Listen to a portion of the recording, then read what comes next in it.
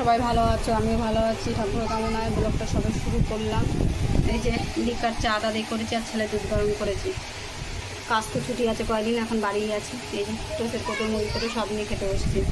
ঠিক আছে বন্ধুরা, সব বাসি কাজটা সারা হয়ে গেছে। আর এই যে কাঁচা ধোয়া হয়ে গেছে মেলা, ওই পাশেও মেলা আছে। তা এখন খাওয়া দাওয়া করি, চাটা ছেলেদের বইটি করে রান্না কী করবো, সারাদিন কী করি সবই দেবো। আর এই কদিন তো বৃষ্টি, কোনো হাওয়া দিচ্ছে,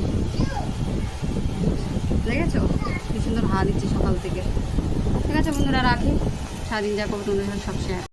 ছাল দিয়ে পুঁই শাক কোনোদিন খেয়েছো তোমরা কেউ? পুঁই শাকের তরকারি, এই যে ছাল দিয়ে পুঁই শাকের তরকারি, দেখেছো? ছাল দিয়ে পুঁই শাকের তরকারি করেছি, কি দারুণ, দেখেছো? আর এই ভাত গরম গরম এখন এটা দিয়ে আমরা খাই। এই তরকারিটা হয়েছে, আর আজকে দেরি হয়ে গেছে রান্না করতে করতে। আর প্রেশারে কক মুরগি নিয়ে এসে এই যে বসিয়েছি। ঠিক আছে বন্ধুরা, ছেলে আর আমি খাই, তারপরে তোমার সাথে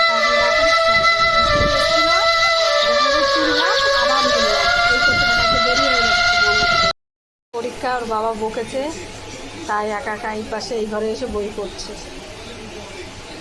ভাইকে একটু ধরেছে, আমি বকেছি, তাই জন্য রাগ হয়ে একা একা এই ঘরে এসে বই পড়ছে। কালকে অঙ্ক পরীক্ষা, ছেলের 8-এ পড়ে।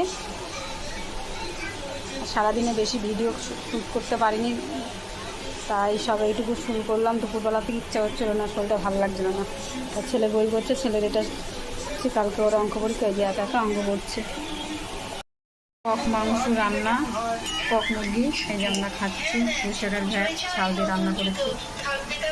আর ওর বাবা ফোন দেখছে আর খাচ্ছে, কার্টুন দেখছে বাচ্চাদের মতো।